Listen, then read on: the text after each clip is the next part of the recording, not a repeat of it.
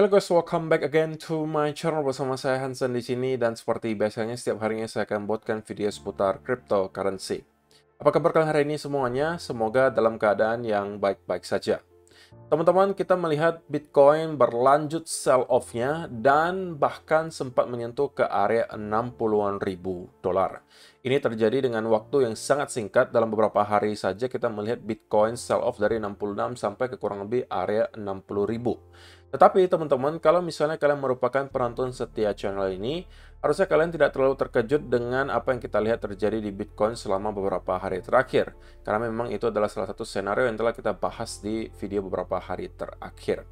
Nah, yang lebih pentingnya lagi teman-teman, di video hari ini kita bakalan bahas kira-kira apa yang bisa kita expect berikutnya in terms of price action, oke?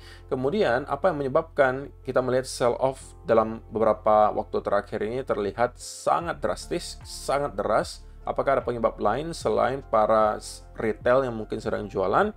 Kita bakalan bahas juga hal itu. Diikuti juga teman-teman, kita bakalan melihat beberapa data di belakang layar yang menurut saya cukup penting untuk kalian simak. Jadi stay tune terus sampai akhir video. Nah, sekarang kita bakal mulai dari CoinMarketCap terlebih dahulu. Per hari ini, teman-teman, secara global, market cap kripto kembali ke angka 2,16 triliun dolar atau turun sekitar 4,05%. Nah, di top 10 coin sendiri, kita juga melihat keadaannya semuanya merah, penurunannya ranging antara 3, sekian persen hingga kurang lebih 8%.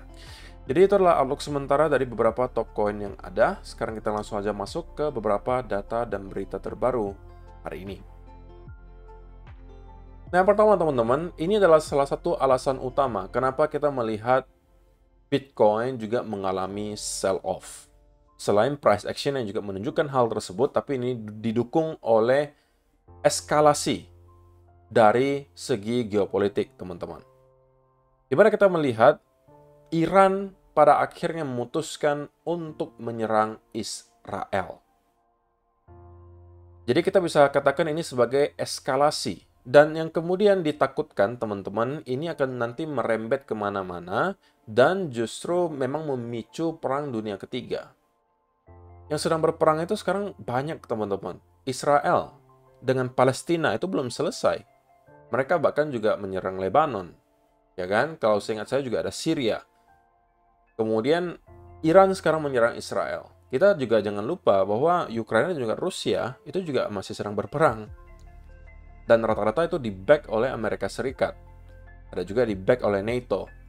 Dan itu semuanya adalah kekuatan-kekuatan besar, teman-teman. Nah, kalau sampai semua kekuatan tersebut sedang berselisih, ya memang kita sudah bisa katakan itu sebagai perang dunia ketiga, teman-teman.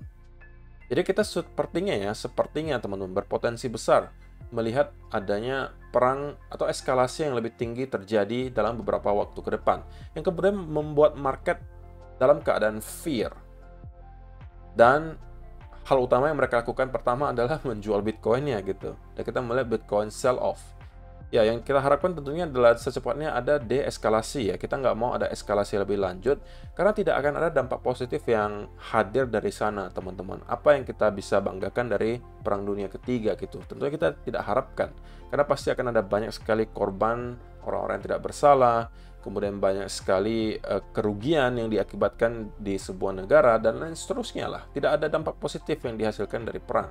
Jadi mudah-mudahan ya kita tidak melihat ada eskalasi lebih lanjut dari kejadian ini, dan ada semacam solusi lah untuk bisa membuat para orang-orang atau negara-negara di sini yang sedang berperang itu bisa berdamai. Jadi itu adalah penyebab utama teman-teman, kenapa kita bisa melihat Bitcoin dalam beberapa hari terakhir itu kemudian sell off sangat luar biasa.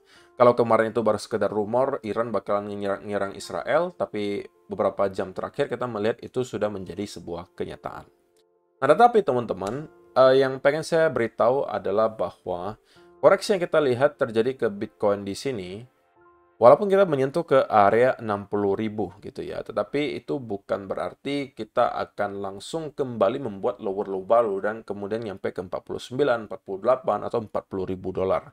Walaupun kita tidak boleh menutup mata dan menyatakan bahwa itu pasti tidak akan terjadi. Nah, tidak boleh juga seperti itu. Nah, kalau misalnya kita berbicara soal fractal pattern, sebenarnya hal yang serupa juga pernah kita lihat kok dari segi pattern ya. Dengan apa yang terjadi sekarang, dengan di awal tahun 2024 kemarin, teman-teman. kita mendapatkan Bitcoin grinding up gitu ya, kemudian start untuk breakdown, dan patternnya di sini sama teman-teman.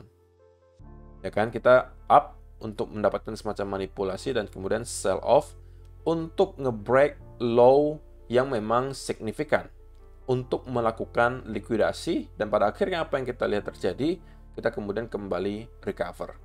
Nah, bukan untuk mengatakan bahwa ini yang pasti akan persis terjadi, tapi untuk mengingatkan saja teman-teman bahwa pullback di sebuah trend bullish itu bukan sesuatu yang perlu kita hindari, dan kadang-kadang justru lebih sehat untuk kita lihat. Itu aja yang mau disampaikan. Nah, dan juga teman-teman, kalau misalnya kita melihat ya, rata-rata gains di bulan Oktober itu ada di angka 25,81%. Bukan tanpa alasan kenapa Oktober dikatakan sebagai salah satu bulan terbaik secara performa historis untuk Bitcoin. Nah, jika teman-teman kita akan mengikuti angka rata-rata di sini, karena rata-rata di kuartal 4, rata-rata Oktober itu 25% kenaikannya, November 11,44%, Desember 18,94%. Sehingga kalau misalnya kita mengikuti angka rata-rata di sini, maka harusnya nih projections-nya nih, kalau misalnya kita mengikuti angka ini, maka Oktober akan ada diakhiri dengan angka $80.500 untuk satu Bitcoin-nya, November 89.727, dan Desember 106.718.000 untuk Desember. $106.718 maksud saya untuk Desember. Dan ini tentunya adalah sebuah harapan juga ya untuk kita yang merupakan investor Bitcoin. Siapa yang tidak mau gitu ya, dalam 3 bulan lagi kita melihat Bitcoin ke angka 100.000. Tapi untuk sementara ya itu mungkin hanya sekedar harapan dulu sampai mungkin kita bisa melihat Bitcoin break dari all time high yang baru. Karena saya meyakini teman-teman, kalau misalnya sampai kita sudah break ke all time high yang baru, maka dengan waktu yang sangat singkat kita akan bisa melihat Bitcoin menyentuh ke angka 80 atau 85. Harusnya no problem gitu. Kenapa? Karena kita telah mengalami konsolidasi yang telah sangat berkepanjangan. Sudah 7 bulan kurang lebih kita terkonsolidasi, dan itu harusnya sudah merupakan waktu yang cukup mumpuni bagi market untuk cool off dan bersiap untuk kembali break ke area all time high yang baru. Dan juga teman-teman, dengan adanya penurunan yang kita lihat selama 24 jam terakhir ini, membuat angka likuidasi itu juga membengkak gitu ya. Dalam 24 jam terakhir saja terjadi kurang lebih $524 juta dalam bentuk likuidasi, dan 86%-nya datang dari arah long atau kurang lebih $451 juta. Ini merupakan angka yang paling tinggi yang pernah kita lihat sejak bulan Agustus kemarin. Dan sebenarnya kita jarang-jarang banget teman-teman ngelihat ada angka sebesar ini ya untuk likuidasi dari arah long. Dalam kurun waktu setengah tahun terakhir kita bisa katakan cuman ada 3 kasus di mana kita melihat ada angka likuidasi itu di atas $300 juta. Dan itu terjadi hari ini di tanggal 6 Agustus, kurang lebih 5 Agustus, dan juga di tanggal 13 April kemarin. Di mana kita juga melihat ada semacam likuidasi yang sangat masif. Tetapi biasanya teman-teman, likuidasi yang masif ini akan diikuti semacam immediate rebound terlebih dahulu. Oke, apa yang kalian lihat di sini, kita mengalami likuidasi yang signifikan, kemudian ada immediate rebound, ya kan? Di sini juga sama, ada yang lumayan signifikan, ada immediate rebound. Di sini juga sama, likuidasi yang signifikan, ada immediate rebound. Nah, hal yang serupa juga saya expect sebenarnya terjadi teman-teman. Walaupun itu bukan berarti kita pasti akan break ke high yang baru ya. Bisa aja kita kemudian melanjutkan penurunan. Bisa, tetapi setidak-tidaknya akan ada immediate rebound gitu ya. Ada semacam retracement ke atas atau relief rally gitu. Terlebih lagi teman-teman, sekarang itu kita sedang berada di area major support. Yaitu adalah merupakan area $60.000. Nah, sekali lagi, saya pengen ingatkan teman-teman ini di chart yang bersih dulu supaya kalian tidak bingung ngelihatnya. Saya cuma pengen kembali mengingatkan bahwa area 60.000 sekarang telah kembali kita jadikan sebagai area support di weekly, teman-teman. Sehingga, sekali lagi saya mau katakan, setiap kali ada penyentuhan ke area 60.000, itu harusnya masih kita bisa jadikan sebagai peluang untuk mencari setup long, karena kita berpotensi untuk mendapatkan rebound dari sana. Sama seperti apa yang kita lihat beberapa kali sebelumnya di sini, di sini, di sini, di sini, dan juga di sini. Setiap kali ada sentuhan ke area 60.000, kita kemudian selalu mendapatkan rebound. Nah, tidak terkecuali juga sekarang gitu ya. Beda cerita kalau misalnya kita telah berhasil untuk close di bawah area 60.000, maka justru area tersebut akan kita flip lagi menjadi area resistance. Tapi untuk sementara harusnya kita akan melihat area 60.000 ini menjadi area major support. Sekalipun kalau misalnya kita sempat break di bawah 60.000 selama weekly candle tidak close di bawah 60.000, that's fine. Maksud saya apa? Maksud saya adalah seperti ini. Sekalipun kita breakdown teman-teman sampai ke area 56.000 katakanlah sama seperti apa yang kita lihat di sini. Tapi selama kita close di atas 60.000 yaitu fine-fine aja. Berarti kita masih akan tetap menjadikan area 60.000 sebagai support gitu ya. Jadi itu yang mau saya jadikan catatan teman-teman bahwa area 60.000 ini sekarang menjadi area major support di weekly yang harusnya bisa kita manfaatkan kalau misalnya kita lihat tersentuh lagi dan kita telah melihat hal tersebut terjadi. Itulah kenapa juga di beberapa video terakhir saya sampaikan jika kita kembali ke sekitaran area 61 sampai 60.000 dolar, maka itulah menjadi area di mana saya akan kembali start untuk mencari peluang untuk long. Karena dari sini harusnya risk to reward ratio-nya akan kembali memadai.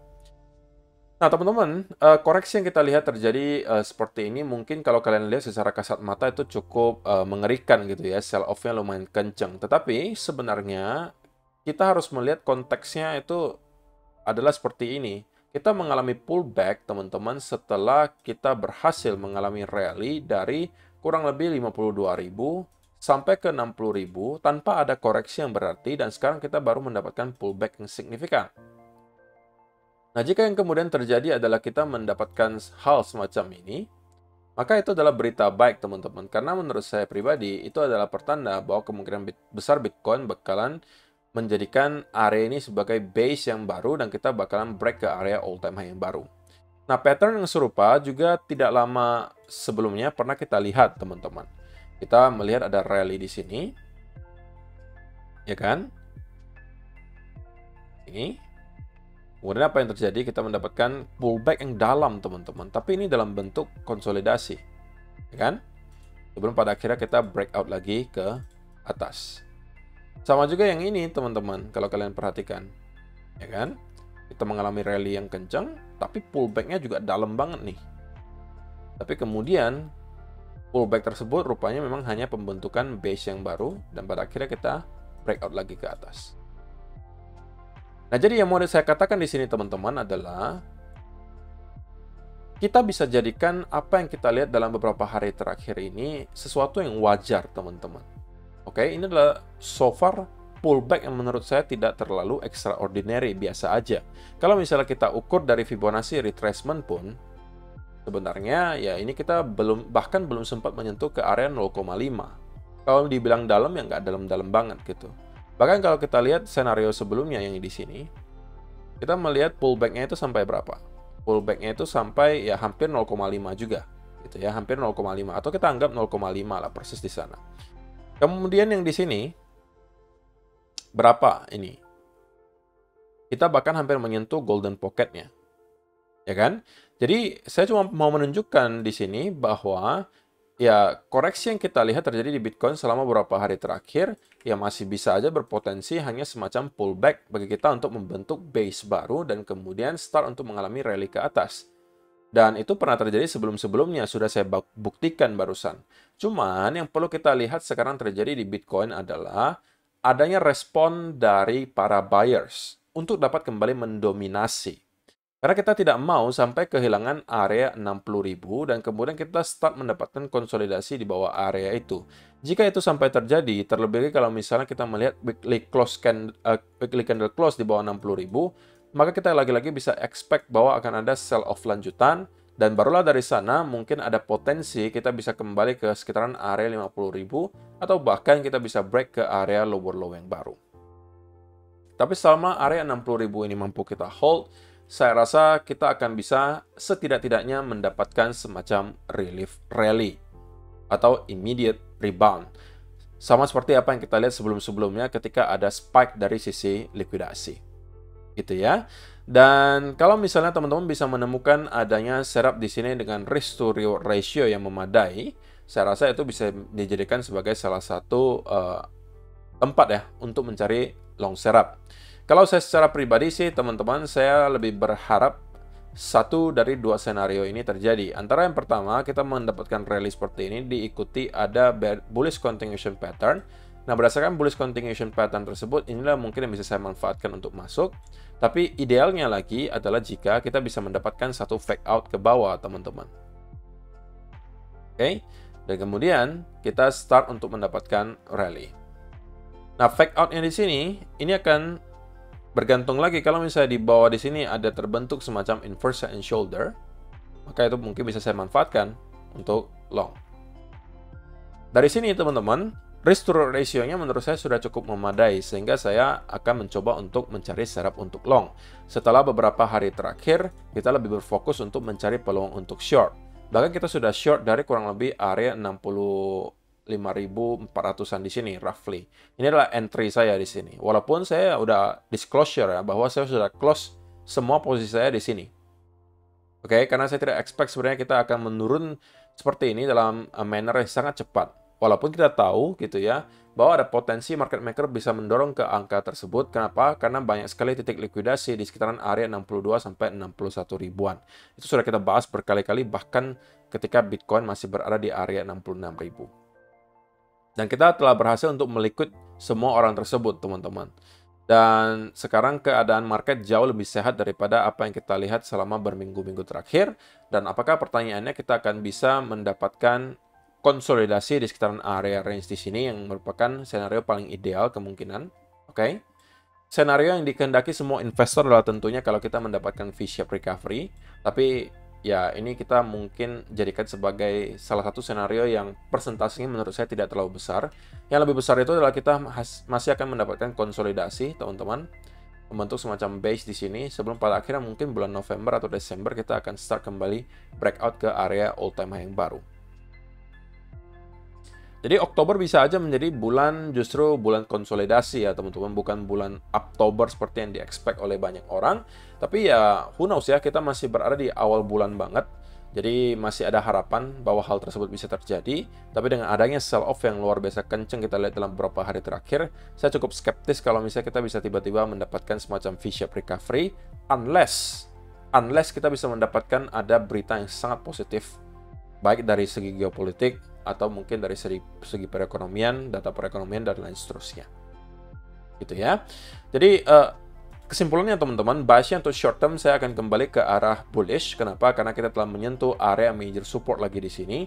Kalau misalnya ada setup dari kurang lebih area ini, mungkin akan saya manfaatkan untuk long, menargetkan setidak-tidaknya kembali ke area trendline di sini, yang harusnya sekarang berada di roughly 63 ribuan.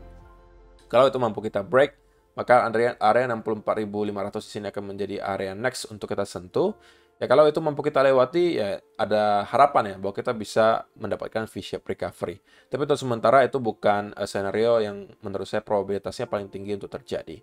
Jadi saya rasa itu aja yang mau saya sampaikan di video hari ini teman-teman. Semoga bisa bermanfaat untuk kalian semua. See you in the next video guys. Bye-bye.